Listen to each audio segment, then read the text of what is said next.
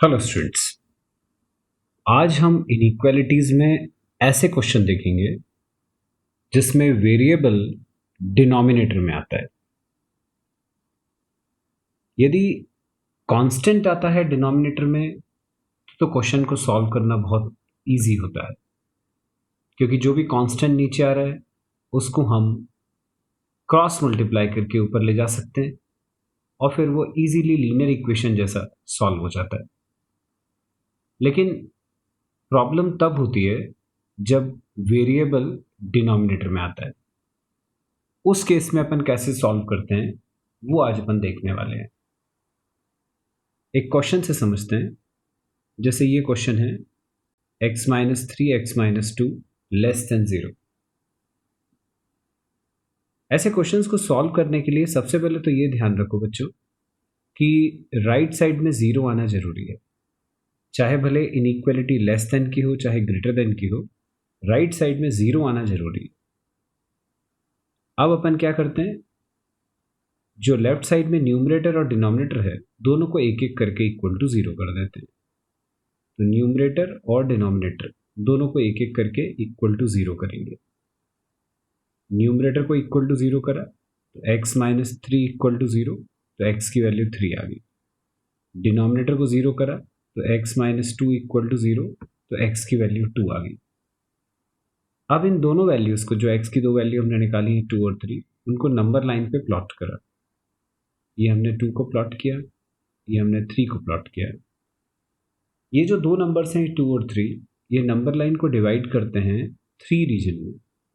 ये रीजन ए जो 2 से लेस वाला है, रीजन बी जो 2 और 3 के बीच का है, रीजन सी जिसमें वो वैल्यूज लाई करेंगी जो 3 से बड़ी हैं। अब हमें किसी भी एक रीजन में से कोई भी एक वैल्यू ले लेनी है। जैसे रीजन सी में मैंने बोला कि वो वैल्यूज हैं जो ग्रेटर देन 3 हैं, 3 से बड़ी हैं। तो हम इस रीजन सी में से कोई भी एक वैल्यू ले लेते हैं। मान लो अपन ले लिया x को 4। ये हमने x की वैल्यू 4 ले ली जो अपन ने रीजन सी में से डिसाइड करी। अब हमें क्या करना है कि ये जो x की वैल्यू अपन ने 4 सपोज करी है, इसको क्वेश्चन में डाल देना।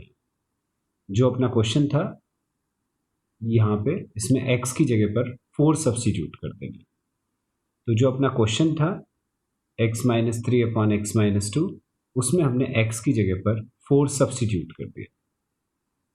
4 सब्स्टिट्यूट करने के बाद देखें क्या आया। यदि हमने 4 सब्स्टिट्यूट करा तो आ गया 4-3 अपॉन 4-2। अब बच्चों 4-3 जो है ये तो हो जाएगा 1, और 4-2 जो है वो हो जाएगा 2। मतलब नेट वैल्यू जो आ रही है अपनी सब्स्टिट्यूट करने के बाद, वो आ रही है 1/2। इसमें x की जगह 4 रखा था अपन ने, और 4 रखने के बाद वैल्यू आ रही है 1/2। अब ये जो 1/2 वैल्यू है ये तुम्हें दिख रही है कैसी है, पॉजिटिव है। पर जो अपना क्वेश्चन था उसमें हमें वैल्यू कैसी चाहिए थी। क्वेश्चन हमारा ये था x-3 upon x-2 less than 0। मतलब हमें कैसी वैल्यू चाहिए थी, नेगेटिव।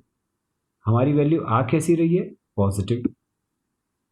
इसका मतलब ये हुआ कि जो x इक्वल टू 4 अपन ने लिया था वो हमारे क्वेश्चन को सेटिस्फाई नहीं कर रहा। अब ये 4 अपन ने किस रीजन में से लिया था, 4 हमने लिया था रीजन सी में से। ये अपने क्वेश्चन को सेटिस्फाई नहीं कर रहा। इसका मतलब ये हुआ कि हमें वो रीजन नहीं चाहिए जिसमें 4 लाई कर रहा है। तो ऐसा रीजन लो जिसमें 4 लाई नहीं कर रहा। मतलब कि वो वाला रीजन जहां पर वैल्यू नेगेटिव आ रही है, क्योंकि अपन को चाहिए था नेगेटिव। क्वेश्चन के अकॉर्डिंग अपने को चाहिए था नेगेटिव, जबकि 4 रखने पे वैल्यू आ रही है पॉजिटिव। एक चीज़ का ध्यान रखना कि जो रीजन आते हैं उनमें वैल्यूज ऑल्टरनेट आती हैं। जैसे 4 रखने पे वैल्यू पॉजिटिव आई थी यहाँ पे, तो उसके पहले वाला जो रीजन है उसमें नेगेटिव आएगी, उसके पहले वाला जो रीजन है उसमें पॉजिटिव आएगी। ऑल्टरनेट वैल्यूज आती हैं। तो अपन को कौन सा रीजन चाहिए था जिसमें वैल्यू नेगेटिव आ रही है, और वो नेगेटिव वैल्यू किस में आ रही है, 2 से 3 के बीच में। ये तो इसका मतलब अपना आंसर हो गया 2,3 यही अपन को पता करना था।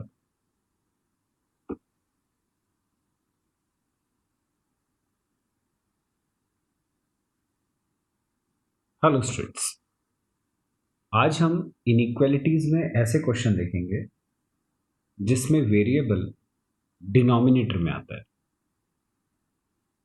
बच्चों, यदि कांस्टेंट डिनोमिनेटर में आए तो क्वेश्चन सॉल्व करना बहुत इजी होता है, क्योंकि कांस्टेंट यदि डिनोमिनेटर में आया तो हम उसको क्रॉस मल्टीप्लाई करके सीधे आरएचएस में ले जाते हैं और फिर क्वेश्चन बड़ी इजीली सॉल्व हो जाता है, जैसे लीनियर इक्वेशन सॉल्व करते हैं। लेकिन प्रॉब्लम तब होती है जब वेरिएबल डिनोमिनेटर में आता है, जैसे कि इस क्वेश्चन में आ रहा है। अब देखो कैसे सॉल्व करेंगे। तो इसके लिए प्रोसीजर ये होता है कि सबसे पहले तो ये ध्यान रखो कि राइट साइड में जीरो आना जरूरी है, चाहे भले लेस देन का साइन हो चाहे ग्रेटर देन का साइन हो, उस तरफ राइट साइड में जीरो आना जरूरी है। यदि राइट साइड में जीरो आ गया तो फिर हम न्यूमरेटर और डिनोमिनेटर दोनों को एक एक करके इक्वल टू जीरो कर देते हैं। न्यूमरेटर और डिनोमिनेटर दोनों को एक एक करके इक्वल टू जीरो करा। ये करा हमने x माइनस थ्री को इक्वल टू जीरो तो x की वैल्यू 3 आ गई, x माइनस टू को इक्वल टू जीरो तो x की वैल्यू 2 आ गई। अब ये जो दो नंबर हैं 2 और 3, इसको नंबर लाइन पे हमने प्लॉट कर लिया। अब ये दो नंबर 2 और 3 नंबर लाइन को डिवाइड कर रहे हैं 3 रीजन्स में। एक 3 के आगे वाला रीजन है जिसमें वैल्यू 3 से बड़ी है, एक 3 से 2 तक का रीजन है 2 और 3 के बीच का, जिसमें वैल्यू 2 और 3 के बीच में लाई कर रही है, और एक रीजन है 2 से छोटा वाला।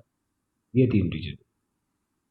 हमें इन 3 रीजन में से किसी भी एक रीजन की कोई एक वैल्यू अपने मन से ले लेनी है। जैसे मान लो मैंने रीजन सी की वैल्यू ले ली 4। 3 से बड़ी वैल्यूज हैं रीजन सी में, मैंने मान लिया कि एक वैल्यू है उसमें 4। अब ये जो अपन ने x की वैल्यू 4 सपोज करी, इसको हमें क्वेश्चन में सब्स्टिट्यूट करना है, जो अपना ओरिजिनल क्वेश्चन था उसमें रखनी है। तो क्वेश्चन था हमारा x minus three upon x minus two, इसमें हमें x की जगह पर 4 सब्स्टिट्यूट करना है। तब अपन देखेंगे कि यदि हम इसमें x की जगह 4 रखते हैं तो उससे अपन को क्या वैल्यू मिलती है। तो यदि हमने x की जगह पर 4 सब्स्टिट्यूट करा तो ये फ्रैक्शन हो जाएगा 4 minus three upon 4 minus two, 4 minus three upon 4 minus two. ये आ गया x की जगह पर 4 रख के। किस में रखा अपन ने? ये जो फ्रैक्शन था क्वेश्चन में जो दिया था उसमें रखा x की जगह 4, तो इतनी वैल्यू आ गई। अब ये वैल्यू कैसी आ रही है? ये वैल्यू आ रही है पॉजिटिव। लेकिन क्वेश्चन क्या था? क्वेश्चन था x minus three upon x minus two less than 0, मतलब हमें वैल्यू कैसी चाहिए थी? नेगेटिव।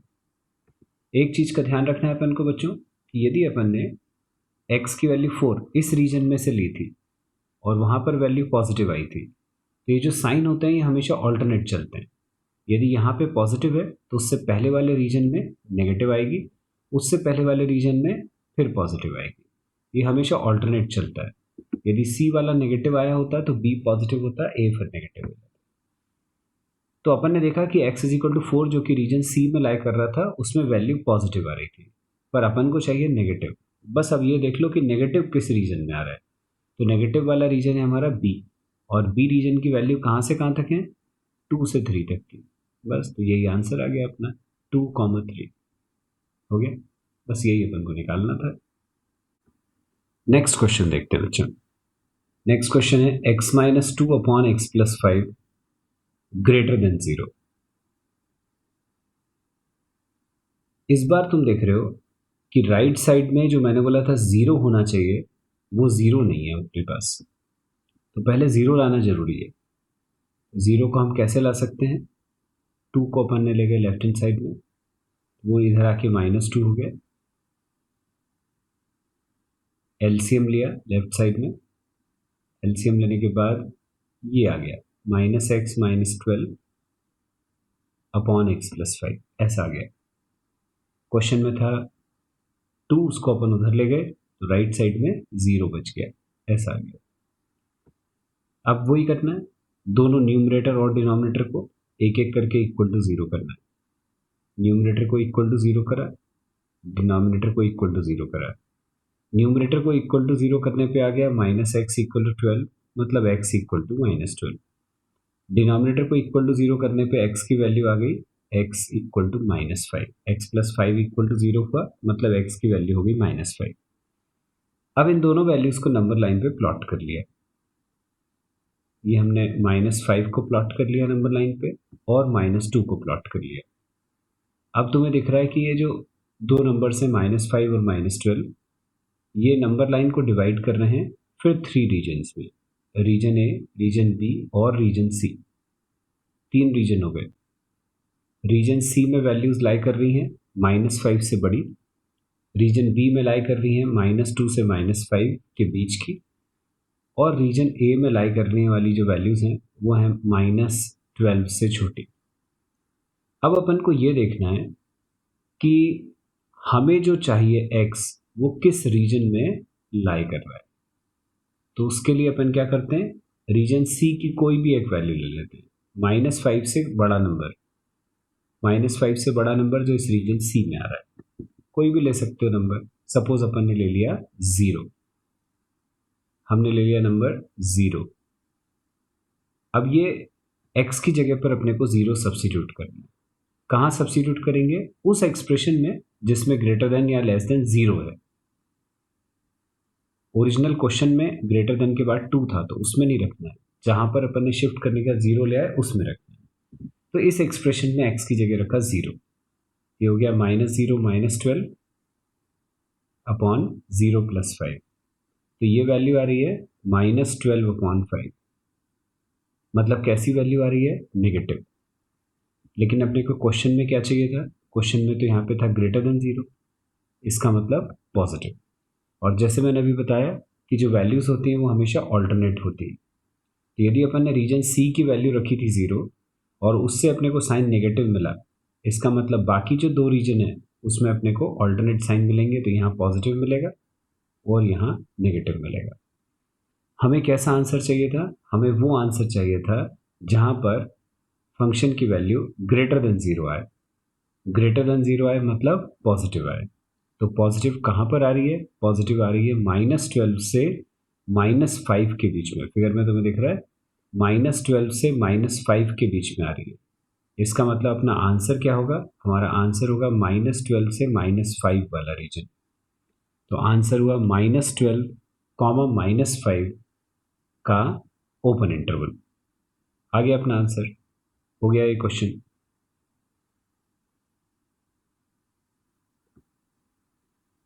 तो बच्चों अपना इस क्वेश्चन का आंसर तो निकल आया -12, -5। चलो अब नेक्स्ट क्वेश्चन करेंगे। नेक्स्ट क्वेश्चन है 2x + 4 upon x - 1 greater than और इक्वल टू 5। ये है क्वेश्चन।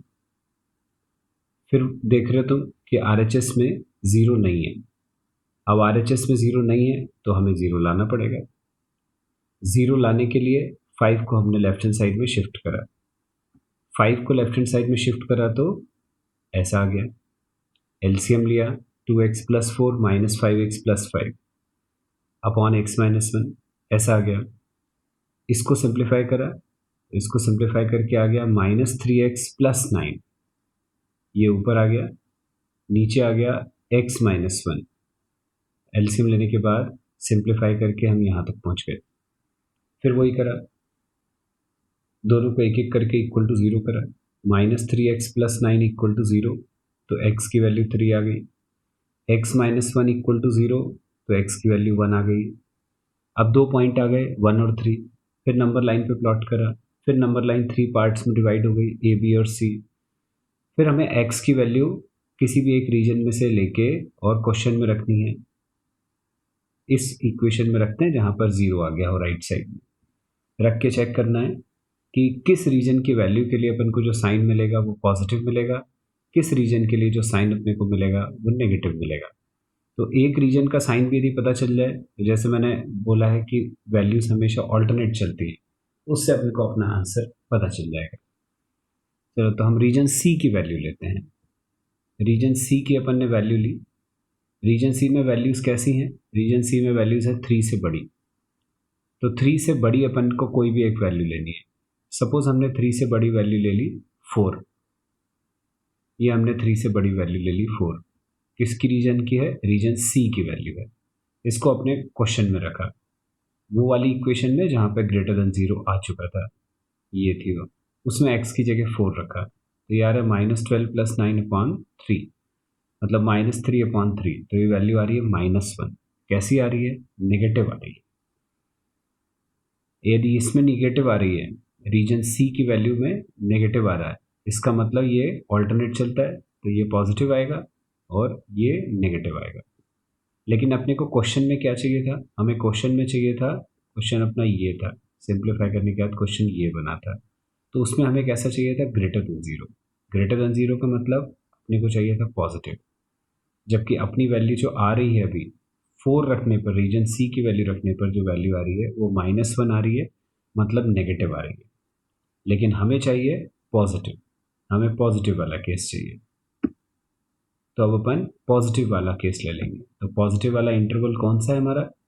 पॉजिटिव वाला इंटरवल ये वाला है, 1 से 3 वाला। तो आंसर हो गया अपना 1,3। अब क्योंकि क्वेश्चन में तुम देख रहे हो कि सिर्फ ग्रेटर देन का साइन नहीं था, ग्रेटर देन के साथ इक्वल टू भी था, इसलिए अपना जो आंसर आएगा वो क्लोज्ड इंटरवल आएगा। ठीक है, यदि क्वेश्चन में सिर्फ ग्रेटर देन का साइन हो या सिर्फ लेस देन का साइन हो, तो अपना जो आंसर आता है उसमें ओपन इंटरवल आता है। पर इस क्वेश्चन में ग्रेटर देन के साथ इक्वल टू का साइन भी था, इसलिए अपना जो आंसर आया उसमें क्लोज्ड इंटरवल आया। ये अपन को ध्यान रखना है।